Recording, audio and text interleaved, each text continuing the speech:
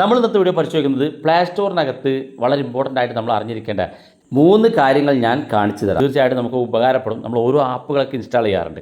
ഓരോ ആപ്പുകൾ ഇൻസ്റ്റാൾ ചെയ്യുന്ന സമയത്തും നമ്മുടെ മൊബൈൽ ഫോണിനകത്ത് നമ്മൾക്കറിയാത്ത കുറേ കാര്യങ്ങൾ പ്ലേ സ്റ്റോറിനകത്തുണ്ട്. വളരെ ഇമ്പോർട്ടൻ്റ് ആയിട്ട് നമ്മൾ അറിഞ്ഞിരിക്കേണ്ട 3 കാര്യങ്ങൾ ഞാൻ പറഞ്ഞുതരാം. വീഡിയോ മുഴുവനായിട്ട് കാണാൻ നിങ്ങളുടെ സുഹൃത്തുക്കൾ കൂടി വീഡിയോ ഷെയർ ചെയ്ത് കൊടുക്കുക. അപ്പോൾ അതിനുവേണ്ടി ഞാൻ ആദ്യം ഇവിടെ പ്ലേ സ്റ്റോർ ഓപ്പൺ ചെയ്യുകയാണ്. ആദ്യം ഞാൻ പരിശോധിക്കുന്നത് ഇവിടെ പ്ലേ സ്റ്റോർ അപ്ഡേറ്റ് ചെയ്യുക എന്നുള്ളതാണ്. ചിലപ്പോൾ അധികം ആളുകൾക്ക് ഇത് അറിയുന്നതായിരിക്കും. പ്ലേ സ്റ്റോർ അപ്ഡേറ്റ് ചെയ്യുന്നത് എങ്ങനെയാണെന്നും നമ്മൾ സാധാരണ ആപ്പുകൾ അപ്ഡേറ്റ് ചെയ്യാറുണ്ട്. ഓരോ ആപ്പുകൾ അപ്ഡേറ്റ് ചെയ്താൽ മാത്രമേ കൂടുതൽ വ്യത്യസ്തമായിട്ടുള്ള ഫീച്ചറുകൾ നമുക്ക് ലഭിക്കുള്ളൂ. അപ്പോൾ അത് വാട്സപ്പ് ആണെങ്കിലും ഫേസ്ബുക്ക് ആണെങ്കിലും ഇൻസ്റ്റാഗ്രാം ആണെങ്കിലും ഒക്കെ നമ്മൾ അപ്ഡേറ്റ് ചെയ്തിരിക്കണം. അപ്ഡേറ്റ് ചെയ്യുന്നത് പ്രധാനമായിട്ടും എന്തെങ്കിലും മാൾവെയർ അറ്റാക്കുകൾ സംഭവിക്കാതിരിക്കാൻ വേണ്ടിയിട്ടാണ് നമ്മൾ അപ്ഡേറ്റ് ചെയ്യുന്നത്. കുറേ കാലം നമ്മൾ ഒരു ആപ്പ് ഉപയോഗിച്ചു, അത് അപ്ഡേറ്റ് ചെയ്യാതെ കുറേ കാലം കഴിഞ്ഞാൽ ആ ഒരു ആപ്പിലെ ചില ഫീച്ചറുകൾ വർക്ക് ചെയ്യാതിരിക്കുകയും മാത്രമല്ല ആ ആപ്പിലൂടെ അതിൻ്റെ അപ്ഡേറ്റ് വേർഷൻ കഴിഞ്ഞാൽ പിന്നെ ആ ഒരു ആപ്പിന് ഒരുവിധ സെക്യൂരിറ്റിയും ആ ഒരു ആപ്പിൻ്റെ ഡെവലപ്പർ നൽകില്ല. അതുകൊണ്ട് തന്നെ ആ ഒരു ആപ്പ് നമ്മൾ അപ്ഡേറ്റ് ചെയ്തില്ലെങ്കിൽ പഴയ ആ ഒരു ആപ്പിനകത്തിലൂടെ നമ്മുടെ മൊബൈൽ ഫോണിലേക്ക് വൈറസുകൾ സ്പ്രെഡ് ചെയ്യാനോ അല്ലെങ്കിൽ ഏതെങ്കിലും രീതിയിലുള്ള മാൾവെയർ അറ്റാക്കുകൾ സംഭവിക്കാനൊക്കെ കാരണമാകും. അതുകൊണ്ട് ആപ്പുകൾ അപ്ഡേറ്റ് ചെയ്യുക എന്നുള്ള ഏറ്റവും പ്രധാനപ്പെട്ട കാര്യമാണ്. അപ്ഡേറ്റ് വരുന്ന സമയത്ത് തന്നെ കൃത്യമായിട്ട് നമ്മൾ അപ്ഡേറ്റ് ചെയ്യണം. നമ്മുടെ പ്ലേ സ്റ്റോറിനകത്ത് നമുക്ക് ഓട്ടോ അപ്ഡേറ്റ് ഓപ്ഷൻ ഉണ്ട്. അത് നമ്മൾ എനേബിൾ ചെയ്ത് കഴിഞ്ഞാൽ പിന്നെ നമ്മൾ ഓരോന്ന് അപ്ഡേറ്റ് ചെയ്യേണ്ട ആവശ്യമില്ല. പ്ലേ സ്റ്റോർ തന്നെ അപ്ഡേറ്റ് ചെയ്യും. അത് കാണിച്ചുതരാം. അതിന് മുമ്പ് നമുക്ക് എങ്ങനെയാണ് പ്ലേ സ്റ്റോർ അപ്ഡേറ്റ് ചെയ്യുക എന്നുള്ളത് കാണിച്ചുതരാം. പ്ലേ സ്റ്റോർ അപ്ഡേറ്റ് ചെയ്യാൻ വേണ്ടി നമ്മൾ ചെയ്യേണ്ടത് പ്ലേ സ്റ്റോറിൻ്റെ ഏറ്റവും മുകളിൽ വലതു ഭാഗത്ത് നമ്മുടെ പ്രൊഫൈൽ കാണും. അതിനകത്ത് ക്ലിക്ക് കൊടുക്കുക.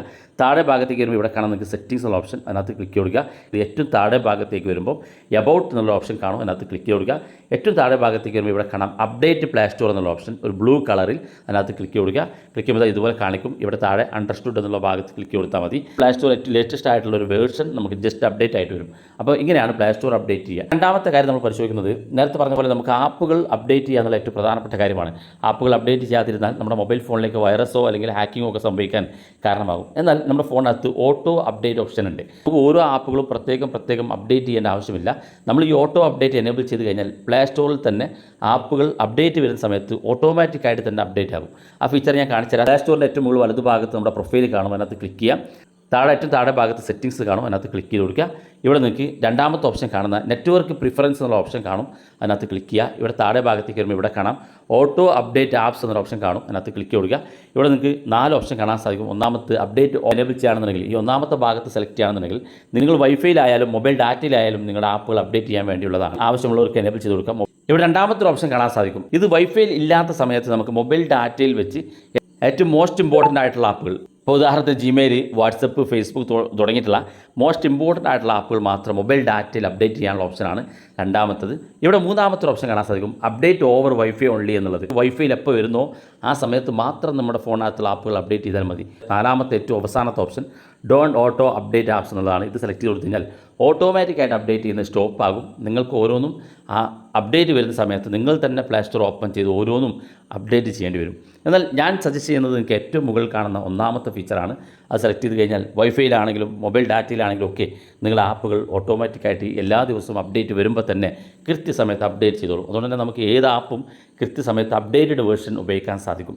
ഇത് വളരെ ഇമ്പോർട്ടൻ്റ് ആയിട്ടുള്ള കാര്യമാണ്. ഇനി മൂന്നാമത്തെ കാര്യം ഞാൻ പരിശോധിക്കുന്നത് നമുക്കറിയാൻ സാധിക്കും നമുക്ക് പ്ലേ സ്റ്റോർ എന്നുള്ളത് ഒരിക്കലും ആപ്പുകൾ ഡൗൺലോഡ് ചെയ്യാൻ വേണ്ടി മാത്രം ഉള്ളതല്ല. മൊബൈൽ ഫോൺ സെക്യൂർ ചെയ്യാവുന്നൊരു കടമ കൂടെ ഈ പ്ലേ സ്റ്റോർ ചെയ്യുന്നുണ്ട്. നമ്മളൊക്കെ അധികം ആളുകൾ വിചാരിക്കുന്നത് പ്ലേ സ്റ്റോർ എന്ന് പറഞ്ഞാൽ ആപ്പുകൾ ഡൗൺലോഡ് ചെയ്യാനുള്ള ഒരു പ്ലാറ്റ്ഫോം എന്നാണ്. അല്ല, നമ്മുടെ മൊബൈൽ ഫോൺ സെക്യൂർ ചെയ്യാൻ വേണ്ടിയും പ്ലേ സ്റ്റോർ ഉപയോഗിക്കുന്നുണ്ട്. അതെന്താണെന്ന് ഞാൻ കാണിച്ചു തരാം. പ്ലേ സ്റ്റോർ ഇതുപോലെ ഓപ്പൺ ചെയ്ത് കഴിഞ്ഞാൽ ഏറ്റവും മുകളിൽ വലതുഭാഗത്ത് നമ്മുടെ പ്രൊഫൈലിൽ ക്ലിക്ക് ചെയ്ത് കഴിഞ്ഞാൽ താഴെ നമുക്ക് പ്ലേ പ്രൊട്ടക്റ്റ് എന്നുള്ള ഓപ്ഷൻ ഇവിടെ കാണാൻ സാധിക്കും. അതിനകത്ത് ക്ലിക്ക് ചെയ്ത് കഴിഞ്ഞാൽ ഇവിടെ കാണാം play protect scanned 3 hours ago എന്ന് കാണാൻ സാധിക്കും. എൻ്റെ ഫോണിൽ പ്ലേ സ്റ്റോർ 3 മണിക്കൂർ മുമ്പ് ഇത് സ്കാൻ ചെയ്തിട്ടുണ്ട്. ഇതിങ്ങനെ ഓട്ടോമാറ്റിക്കായിട്ട് സ്കാൻ ചെയ്യും, നമ്മളൊന്നും ചെയ്യേണ്ട ആവശ്യമില്ല. ഇങ്ങനെ സ്കാൻ ചെയ്യുമ്പോൾ അതിൻ്റെ റിസൾട്ടാണ് ഇവിടെ മുകളിൽ കാണുന്നത് നോ ഹാംഫുൾ ആപ്സ് ഫൗണ്ട് എന്നുള്ളത്.